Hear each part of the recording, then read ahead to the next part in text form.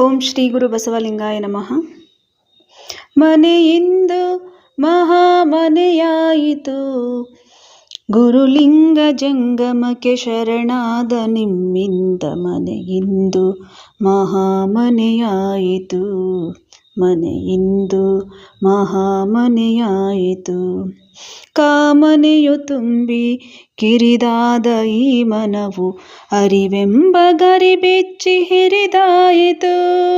ಕಾಮನೆಯು ತುಂಬಿ ಕಿರಿದಾದ ಈ ಮನವು ಅರಿವೆಂಬ ಗರಿಬೆಚ್ಚಿ ಹಿರಿದಾಯಿತು. ಭವದುರಿಗೆ ಬರಿದಾಗಿ ಬಳಲಿರುವ ನರಮನೆಗೆ, ಭವದುರಿಗೆ ಬರಿದಾಗಿ ಬಳಲಿರುವ ನರಮನೆಗೆ ಅನುಭಾವದಮೃತ ದೊರೆತಾಯಿತು, ಅನುಭಾವದಮೃತ ದೊರೆತಾಯಿತು. ಮನೆಯಿಂದು ಮಹಾಮನೆಯಾಯಿತು, ಗುರುಲಿಂಗ ಜಂಗಮಕ್ಕೆ ಶರಣಾದ ನಿಮ್ಮಿಂದ ಮನೆಯಿಂದು ಮಹಾಮನೆಯಾಯಿತು, ಮನೆಯಿಂದು ಓಂ ಶ್ರೀ ಗುರು ಬಸವಲಿಂಗಾಯ ನಮಃ. ಸರ್ವರಿಗೂ ಶರಣ. ಗುರುವ ನರನೆಂದವಗೆ ಹರನ ಶಿಲೆ ಎಂದವಗೆ ಕರುಣಪ್ರಸಾದ ಎಂಜಲೆಂದವಗೆ ನರಕ ತಪ್ಪುವುದೇ ಸರ್ವಜ್ಞ. ತಂದೆಗೂ ಗುರುವಿಗೂ ಒಂದು ಅಂತರ ಉಂಟು, ತಂದೆ ತೋರುವನು ಸದ್ಗುರುವ, ಗುರುರಾಯ ಬಂಧನವ ಕಳೆವ ಸರ್ವಜ್ಞ. ಬಂಧುಗಳು ಆದವರು ಬಂದುಂಡು ಹೋಗುವರು, ಬಂಧನವ ಕಳೆಯಲು ಅರಿಯರು, ಗುರುವಿಂದ ಬಂಧುಗಳು ಉಂಟೆ ಸರ್ವಜ್ಞ. ಹಿರಿಯನಾನೆನಬೇಡ, ಗುರುವ ನಿಂದಿಸಬೇಡ, ಬರೆವರ ಕೂಡ ಹಗೆಬೇಡ, ಬಂಗಾರದ ಎರವು ಬೇಡೆಂದ ಸರ್ವಜ್ಞ. ಇವೆಲ್ಲ ಸರ್ವಜ್ಞ ಗುರುವಿನ ಬಗ್ಗೆ ಹೇಳಿರ್ತಕ್ಕಂತಹ ಅತಿ ಅಮೂಲ್ಯವಾದ ವಚನಗಳು, ಮುತ್ತಿನಂತಹ ವಚನಗಳು. ನೀವೆಲ್ಲ ಮನಸ್ಸು ಮಾಡಿದರೆ 2 ದಿವಸದಲ್ಲಿ ಹಾಡೋದು ನೀವು ಕಲ್ತು ಬಿಡ್ಬೋದು. ಅಷ್ಟು ಸರಳ ಮತ್ತು ಅರ್ಥಪೂರ್ಣ ಸರ್ವಜ್ಞನ ಪದ್ಯಗಳು. ಅದನ್ನ ಕಸ್ತೂರಿ ಶಂಕರ್ ಅವರು ಸುಮಾರೊಂದು 50 ವರ್ಷದ ಹಿಂದೆ ಹಾಡಿರ್ಬೋದು ಅಂತ ಕಾಣುತ್ತೆ. 40-50 ವರ್ಷದ ಹಿಂದೆ ಹಾಡಿರ್ತಕ್ಕಂಥದ್ದು. ಅದನ್ನ ಲತಾ ಈಗ ಕಲ್ತು ಹಾಡಿದರು. ಬಹಳ ಅದ್ಭುತವಾದ ಪದ್ಯಗಳವೆಲ್ಲ. ಗುರುವ ನರನೆಂದವಗೆ ಹರನ ಶಿಲೆ ಎಂದವಗೆ ಕರುಣಪ್ರಸಾದ ಎಂಜಲೆಂದವಗೆ ನರಕ ತಪ್ಪುವುದೇ ಸರ್ವಜ್ಞ. ಗುರು ನಮ್ಮ ನಿಮ್ಮ ಹಾಗೆ ನರನೇ, ಅದರಲ್ಲೇನು ಸಂಶಯ ಇಲ್ಲ. ಗುರುವಿಗೇನು ಪ್ರತ್ಯೇಕವಾದಂತಹ ಪ್ರಕೃತಿಯ ಕೊಡುಗೆ ಇರೋದಿಲ್ಲ. 2 ಕಾಲು, 2 ಕೈ, ನಮ್ಮ ನಿಮ್ಮ ಹಾಗೆ ಹಸಿವು, ಬಾಯಾರಿಕೆ ಎಲ್ಲ ಇರುತ್ತೆ. ಅವನು ವ್ಯಕ್ತಿಯಾಗಿ ಹುಟ್ಟಿ ಶಕ್ತಿಯಾಗಿ ಬೆಳೀತಾನೆ, ಅದು ಬಹಳ ವಿಶೇಷ. ಪ್ರತಿಯೊಬ್ಬ ಗುರುವರನ್ನು ಕೂಡ, ಅಂದ್ರೆ ಯಾರು ಈ ಜಗತ್ತಿನ ಹಿತಕ್ಕಾಗಿ ತನ್ನ ಹಿತವನ್ನ ಬಲಿ ಕೊಟ್ಟು ಅಥವಾ ತನ್ನ ಹಿತವನ್ನ ಮರೆತು, ಬಲಿ ಕೊಡ್ಬೇಕು ಅಂತೇನಿಲ್ಲ, ಅಥವಾ ಕೊನೆ ಪಕ್ಷ ತನ್ನ ಸ್ವಾರ್ಥವನ್ನು ಸ್ವಲ್ಪ ಕಡಿಮೆ ಮಾಡಿಕೊಂಡು, ಈ ಗುರುವಾದ ಕೂಡಲೇ ಅವನೇನು ಎಲ್ಲವನ್ನೂ ಜಗತ್ತಿಗೆ ಸಮರ್ಪಣೆ ಮಾಡ್ಬಿಡ್ತಾನೆ ಅಂತಲ್ಲ. ಹೇಳಿದ್ನಲ್ಲ, ಗುರುವಿಗೂ ವ್ಯಕ್ತಿತ್ವ ಇರ್ತದೆ. ಆ ವ್ಯಕ್ತಿತ್ವವನ್ನು ಮೀರಿ ಶಕ್ತಿಯಾಗಿ ಬೆಳಿತಾನೆ. ಅಂತಹ ಗುರು ನರನಲ್ಲ, ನರನ ರೀತಿ ಕಾಣ್ತಾನೆ. ಬೇರೆಯವ್ರಿಗೆ ಅವನು ನರನಾಗಿ ಕಾಣಲಿ, ಆದರೆ ದೀಕ್ಷೆಯನ್ನು ಪಡೆದುಕೊಂಡಂತಹ ಶಿಷ್ಯನಿಗೆ ಮತ್ತು ಮಾರ್ಗದರ್ಶನವನ್ನು ಪಡೆದುಕೊಂಡಂತಹ ಶಿಷ್ಯರಿಗೆ ಅವನು ನರ ಅಂತ ಅನ್ಸೋದಿಲ್ಲ, ಅನ್ನಿಸ್ಬಾರ್ದು. ಹಾಗೇನಾದ್ರೂ ಅನ್ಸಿದ್ದೆ ಆದ್ರೆ ಗುರುವಿಗೇನು ತೊಂದರೆ ಇಲ್ಲ, ಹಾನಿ ಇಲ್ಲ. ಅದರಿಂದ ಹಾನಿ ಆಗ್ತಕ್ಕಂಥದ್ದು ನಮಗೆ. ಯಾರಿಗೆ ನಾವೇನು ಇವನೇನು ಗುರು ಸಾಮಾನ್ಯ ಅಂತ ಅನ್ಕೊಂತೀವಲ್ಲ, ನಮ್ಮ ಗುರುವಿನ ಬಗ್ಗೆ ನಾವು ಆ ಭಾವನೆ ತಾಳಿದ್ರೆ ಆ ಗುರುವಿಗೇನು ತೊಂದರೆ ಇಲ್ಲ, ಹಾನಿ ಇಲ್ಲ. ಹಾನಿ ಆಗ್ತಕ್ಕಂಥದ್ದು ಯಾರು ಗುರುವನ್ನ ಅಂಡರ್ ಎಸ್ಟಿಮೇಟ್ ಮಾಡಿ ತಿಳ್ಕೊಂತಾನಲ್ಲ ಅವನಿಗೆ. ಅಂದ್ರೆ ಇವನು ನಮ್ಮಂಗೆ ಅಪ್ಪ ಅಂದ್ಕೂಡ್ಲೆ ಅವನಿಗೆ ಗುರುವಿನಲ್ಲಿ ಏನು ವಿಶೇಷತೆ ಕಾಣಿಸಲ್ಲ. ವಿಶೇಷತೆ ಕಾಣಿಸದೇ ಇದ್ದಾಗ ಅವನು ಹಂಗಾಗಕ್ಕೆ ಸಾಧ್ಯವೇ ಇಲ್ಲ. ಅವನು ಮುಂದಿನ ಪ್ರಯತ್ನಗಳನ್ನೇನು ಮಾಡಲ್ಲ. ಏನ್ ಸಹಜವಾಗಿ ಜೀವನ ಮಾಡಿ ಹೊರಟೋಗ್ತಾನಷ್ಟೇ. ಯಾಕೆ ಗುರುವನ್ನ ನಾವು ಹರ ಅನ್ಕೊಳ್ಬೇಕು ಅಥವಾ ಗುರು ಬ್ರಹ್ಮ, ಗುರು ವಿಷ್ಣು, ಗುರುದೇವ ಮಹೇಶ್ವರ ಅನ್ಕೋಬೇಕಂದ್ರೆ ನಮ್ಮ ಜೀವನದಲ್ಲಿ ಉನ್ನತಿಯನ್ನ ತಂದುಕೊಳ್ಳೋದಕ್ಕಾಗಿ. ಆದ್ರಿಂದ ಗುರುವನ್ನು ನರ ಅನ್ನಬಾರ್ದು. ಹರನ ಶಿಲೆ ಎಂದವಗೆ.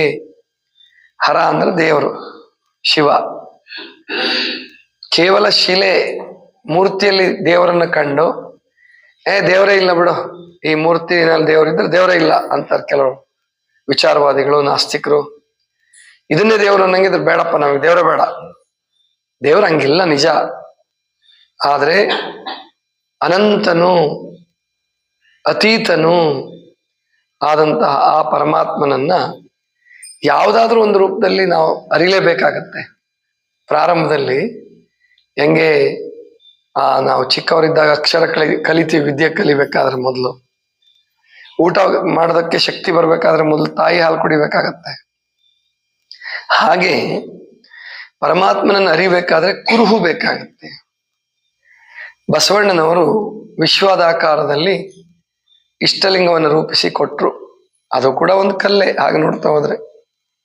ಆದ್ರೆ ಗುರು ಅದನ್ನ ಕಲ್ಲು ಅನ್ಕೋಬೇಡಪ್ಪ, ಅದು ನಿನ್ನ ಸಾಕ್ಷಾತ್ ಸ್ವರೂಪ, ಹೃದಯದಲ್ಲಿರುವ ನಿರಾಕಾರ ಪರಮಾತ್ಮ ಇಷ್ಟಲಿಂಗ ರೂಪದಲ್ಲಿ ಗುರುವಿನ ಹಸ್ತದಿಂದ ನಿನಗೆ ಬಂದಿದ್ದಾನೆ. ಆದ್ರಿಂದ ಅದನ್ನ ಪೂಜಿಸಿ ಅದನ್ನ ಪ್ರಾಣಲಿಂಗ ಮಟ್ಟಕ್ಕೆ ಏರಿಸ್ಕೊಳ್ಬೇಕಾದ್ದು ನಿನ್ನ ಕರ್ತವ್ಯ ಅಂತ ಹೇಳಬೇಕು, ಉಪದೇಶ ಮಾಡಬೇಕು ಗುರು.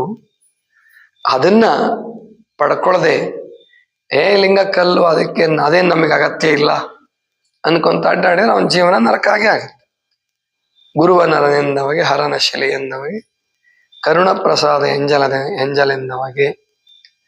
ತಾಯಿ ತಂದೆಗಳಿರ್ಬೋದು, ಗುರು ಹಿರಿಯರಿರ್ಬೋದು, ಜಂಗಮರು, ಅವರು ನಮ್ಮ ಮೇಲಿನ ಪ್ರೀತಿಯಿಂದ, ಈಗ ಒಬ್ಬ ತಾಯಿ ಮಗುವಿನ ಮೇಲೆ ಇರುವಂತ ಅತ್ಯಂತ ಪ್ರೀತಿಯಿಂದ ತಾನು ಅರ್ಧ ತಿಂದು ಅಥವಾ ತಾನು ಅರೆ ಹೊಟ್ಟೆ ತಿಂದು ಮಗುವನ್ನ ಸಾಕ್ತಾನೆ. ಹಾಗೆ ಗುರು ತನ್ನ ಹೃದಯ ತುಂಬಿ ಕೊಟ್ಟಂತಹ ಪ್ರಸಾದವನ್ನ, ತಾಯಿಯ ಪ್ರಸಾದ, ತಾಯಿಯ ಹತ್ರ ಆಹಾರ ನಾವು ಹೆಂಗ್ ಸ್ವೀಕರಿಸ್ತೀವಲ್ಲ ಹಾಗೆ ಸ್ವೀಕರಿಸಿ ಅದರಿಂದ ಉದ್ಧಾರ ಆಗ್ಬೇಕೇ ಹೊರತು ನಮಗೇನಾದ್ರೂ ಅದರ ಬಗ್ಗೆ ಕೀಳು ಮನೋಭಾವನೆ ಬಂದ್ರೆ ನಮ್ಮ ಜೀವನ ನರಕ. ಕರುಣ ಪ್ರಸಾದ, ಪ್ರೀತಿಯಿಂದ ಕೊಟ್ಟಂತಹದ್ದು ಅದೇ ಪ್ರಸಾದ. ಅದನ್ನ ಎಂಜಲು ಅಂತ ತಿಳ್ಕೊಂಡು ತಿರಸ್ಕಾರ ಮಾಡಿದ್ರೆ ನರಕ ತಪ್ಪೋದಿಲ್ಲ ಅಂತ ಹೇಳ್ತಾರೆ. ತಂದೆಗೂ ಗುರುವಿಗೂ ಒಂದು ಅಂತರ ಉಂಟು. ತಂದೆ ತೋರುವನು ಸದ್ಗುರುವ, ಗುರುರಾಯ ಬಂಧನವ ಕಳೆವ ಸರ್ವಜ್ಞ. ನೋಡಿ ಎಂಥ ಅದ್ಭುತ ಪ್ರಾಸ ಅಂತಂದ್ರೆ, ಕೇಳಕ್ಕೂ ಚಂದ, ಹೇಳಕ್ಕೂ ಚಂದ, ನೆನ್ಪಿಟ್ಕೊಳ್ಳಕ್ಕೂ ಸುಲಭ. ಗುರುವಿಗೂ ತಂದೆಗೂ ಗುರುವಿಗೂ ಒಂದು ಅಂತರ ಉಂಟು. ಅಂದ್ರೆ ತಂದೆ ನಮಗೆ ಜನ್ಮ ಕೊಡ್ತಾನೆ, ಗುರು ಕೂಡ ಜನ್ಮ ಕೊಡ್ತಾನೆ. ತಂದೆ ಜನ್ಮಕ್ಕೆ ಕಾರಣನಾಗ್ತಾನೆ, ಗುರು ಕೂಡ ಜನ್ಮಕ್ಕೆ ಕಾರಣನಾಗ್ತಾನೆ. ಆದ್ರೆ ಅವರಲ್ಲಿ ಇಬ್ಬರಲ್ಲೂ ಒಂದು ಅಂತರ ಇದೆ. ಏನಪ್ಪಾ ಅಂದ್ರೆ ತಂದೆ ಸದ್ಗುರುವನ್ನು ತೋರಿಸ್ತಾನೆ. ಅಂದ್ರೆ ನಮ್ಮನ್ನು ಓದಿಸೋದು, ನಮ್ಮ ವ್ಯಕ್ತಿತ್ವದ ಬಗ್ಗೆ ಚಿಂತೆ ಮಾಡಿ ಶಾಲೆ ಕಲಿಸ್ಬೇಕು ಅಂತ ತಾನು ಅರ್ಧ ಹೊಟ್ಟೆ ಉಂಡು ಅರ್ಧ ಬಟ್ಟೆ ಧರಿಸಿ ತಾನು ಕಷ್ಟವನ್ನು ಸಹಿಸಿ ತಂದೆ ನಮ್ಮನ್ನ ಸದ್ಗುರುವಿನ ಹತ್ರ ಕರ್ಕೊಂಡು ಹೋಗ್ತಾನೆ ಅಥವಾ ನಮಗೆ ಮಾರ್ಗದರ್ಶನ ಮಾಡ್ತಾನೆ. ತಂದೆ ತೋರುವನು ಸದ್ಗುರುವ, ಗುರುರಾಯ ಬಂಧನವ ಕಳೆವ ಸರ್ವಜ್ಞ. ಬಂಧನವನ್ನ ಕಳೀತಾನೆ ಗುರುರಾಯ. ಬಂಧನವನ್ನ ಕಳೆಯುವವನೇ ನಿಜವಾದ ಗುರು, ಸದ್ಗುರು. ಬಂಧನಕ್ಕೆ ಈಡು ಮಾಡುವವನು ಗುರು ಅಲ್ಲ. ಅಥವಾ ಅವನ ಗುರುವಲ್ಲಿ ಅನೇಕ ಪ್ರಕಾರದ ಗುರುಗಳ ಹೇಳ್ತಾರೆ. ಗುರುವಾದವನು ಬಂಧನವನ್ನ ನಿವಾರಿಸ್ಬೇಕು. ಆಮೇಲೆ ಬಂಧುಗಳು ಆದವರು ಬಂದುಂಡು ಹೋಗುವರು, ಬಂಧನವ ಕಳೆಯಲು ಅರಿಯರು, ಗುರುವಿಂದ ಬಂಧುಗಳು ಉಂಟೆ ಸರ್ವಜ್ಞ. ಬಂಧುಗಳು ಅಂದ್ರೆ ನೆಂಟರು, ಇಷ್ಟರು ಬರ್ತಾರೆ ಮನೆಗೆ ಬೇರೆ ಬೇರೆ ಸಂದರ್ಭಗಳಲ್ಲಿ, ಹಬ್ಬ ಹುಣ್ಣಿಮೆ ಅಥವಾ ಹೊಸ ಗೃಹ ಮನೆ ಪ್ರವೇಶ, ಇಂಥ ಸಂದರ್ಭದಲ್ಲಿ ಬಂಧುಗಳು ಬೇಕಾದಷ್ಟು ಜನ ಬರ್ತಾರೆ. ಕರೀತೀರ ನೀವು ಮದುವೆಗಳಲ್ಲಿ? ಬಂದಾಗ ಏನಾದ್ರೂ ಒಂದು ಆಕ್ಷೇಪಣೆ ಮಾಡಿ ಹೋಗೋರು ಕೆಲವ್ರು ಇರ್ತಾರೆ. ಈಗ ನೀವು ಮನೆ ಕಟ್ಸಿರ್ತೀರಿ, ಮನೆಗೆ ಬರ್ತಾರೆ, ಎಲ್ಲ ನೋಡ್ತಾರೆ, ನಿಮ್ ತಲೆಗೆ ಒಂದು ಹುಳ ಬಿಡ್ತಾರ ಅವರು. ಏನಂದ್ರೆ, ಇದು ಯಾಕೋ ಒಂಚೂರು ವಾಸ್ತು ದೋಷ ಇದೆ, ಈ ಮೂಲೆ ಈ ಕಡೆ ಬರ್ಬಾರ್ದಾಗಿತ್ತು, ಇಲ್ಲಿ ಬರ್ಬೇಕಾಗಿತ್ತು ಅಂದ್ರೆ, ಈಗ ಆ ಮೂಲೆನ ಬದಲಾಯಿಸಕ್ ಆಗತ್ತಾ? ಬದಲಾಯಿಸಕ್ ಆ ಕೋಟಿಗಟ್ಲೆ ಲಕ್ಷಗಟ್ಲೆ ಖರ್ಚು ಮಾಡಿ ಮನೆ ಕಟ್ಟಿರ್ತಾರೆ. ಅದಕ್ಕೆ ನಾವು ನಿಜವಾಗ್ಲೂ ಹಿತ ಬಯಸ್ಬೇಕಂದ್ರೆ, ಮನೆ ಕಟ್ಟಿದವ್ರಿಗೆ ನಮಗೆ ಏನಾದ್ರು ವಿರೋಧವಾಗಿ ಅನ್ಸಿದ್ರು ಅದು ಹೇಳ್ಬಾರ್ದು. ಹೇಳದಿದ್ರು ಒಳ್ಳೆ ಮಾತು ಹೇಳ್ಬೇಕು. ಕಟ್ಟಾಗ್ಬಿಟ್ಟಿದೆ, ಮುಗ್ದೋಗಿದೆ, ಈಗ ಮದ್ವೆಗೆ ಕರೆಸ್ತೀರ,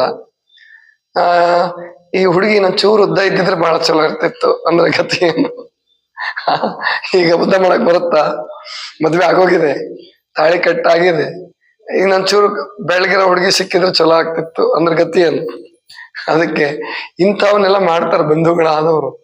ಆದ್ರೆ ಗುರುರಾಯ ಬಂಧನವ ಕಳೆವ ಸರ್ವಜ್ಞ, ಬಂಧನವನ್ನ ಕಳೀತಕ್ಕಂಥವನು. ಬಂಧನ ಕೀಡು ಮಾಡುವವನು ಗುರು ಅಲ್ಲ, ಬಂಧನವನ್ನ ಕಳೆಯುವವನು ಗುರು. ಆಮೇಲೆ ಹಿರಿಯನ ನೆನಬೇಡ, ಗುರುವ ನಿಂದಿಸಬೇಡ, ಬರೆವರ ಕೂಡ ಹಾಗೆ ಬೇಡ, ಬಂಗಾರದ ಎರವು ಬೇಡೆಂದ ಸರ್ವಜ್ಞ. ಗುರುವನ್ನ ನಿಂದಿಸ್ಬೇಡ, ಹಿರಿಯನ ನಾನು ಅನ್ನೋ ಅಹಂಕಾರ ಇಟ್ಕೋಬೇಡ, ಒಳ್ಳೇದಲ್ಲ ಅದು.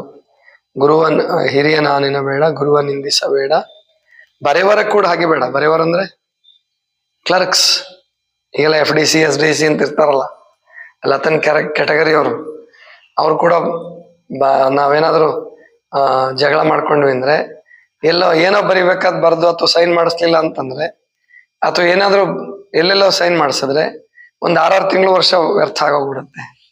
ಅದಕ್ಕೆ ಬರೆವರ ಕೂಡ ಹಾಗೆ ಬೇಡ, ಅವ್ರ ಹತ್ರ ಶತ್ರುತ್ವ ಕಟ್ಕೋಬೇಡ. ಬರೆಯವರು ಅಂದ್ರೆ ಇವರು, ಎಲ್ಲ ದೊಡ್ಡ ದೊಡ್ಡ ಸ್ಥಾನಗಳಲ್ಲಿ ರಾಜರ ಹತ್ರ ಬರೆಯವರು ಅಂತ ಇರ್ತಿದ್ರು. ಅವಾಗ ಕ್ಲರ್ಕ್ಸ್ಗೆ ಬರೆಯವರು ಅಂತ ಕರೀತಿದ್ರು. ಬರೆಯವರ ಕೂಡ ಹಾಗೆ ಬೇಡ, ಬಂಗಾರದ ಎರವು ಬೇಡ. ಬಂಗಾರದ ಸಾಲ ಮಾಡ್ಬೇಡ. ಯಾಕೆ ಸಾಲ ಮಾಡ್ತಾ ಹೋದ್ರೆ ನೀನ್ ಮತ್ತೆ ತೀರ್ಸಕ್ ಆಗ್ಲಾರ್ದೆ ಸರ್ವಸ್ವವನ್ನು ಕಳ್ಕೋಬೇಕಾಗ್ಬಹುದು. ಅದಕ್ಕೆ ಬಂಗಾರದ ಎರವು ಬೇಡೆಂದ ಸರ್ವಜ್ಞ. ಇದಿಷ್ಟು ಇವತ್ತಿನ ಚಿಂತನ. ಸರ್ವರಿಗೂ ಶರಣು ಶರಣ.